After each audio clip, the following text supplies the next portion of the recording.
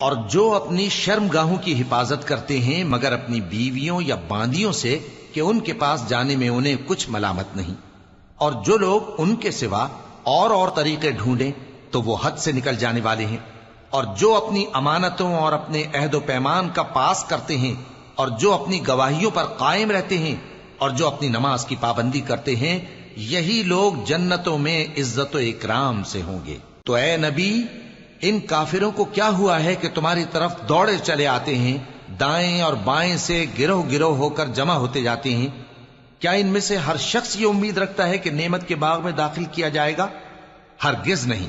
ہم نے ان کو اس چیز سے پیدا کیا ہے جسے یہ جانتے ہیں، پس مشرقوں اور مغربوں کے مالک کی قسم کہ ہم طاقت رکھتے ہیں، یعنی اس بات پر کہ ان سے بہتر لوگ بدل لائیں، اور ہم عاجز نہیں ہیں۔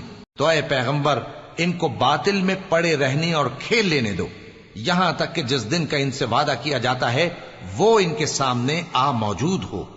اس دن یہ قبروں سے نکل کر اس طرح دوڑیں گے جیسے کسی مقابلے کے نشان کی طرف دوڑے جا رہی ہوں۔ ان کی آنکھیں جھک رہی ہوں گی اور ذلت ان پر چھا رہی ہوگی۔ یہی وہ دن ہے جس کا ان سے وعدہ کیا جاتا تھا۔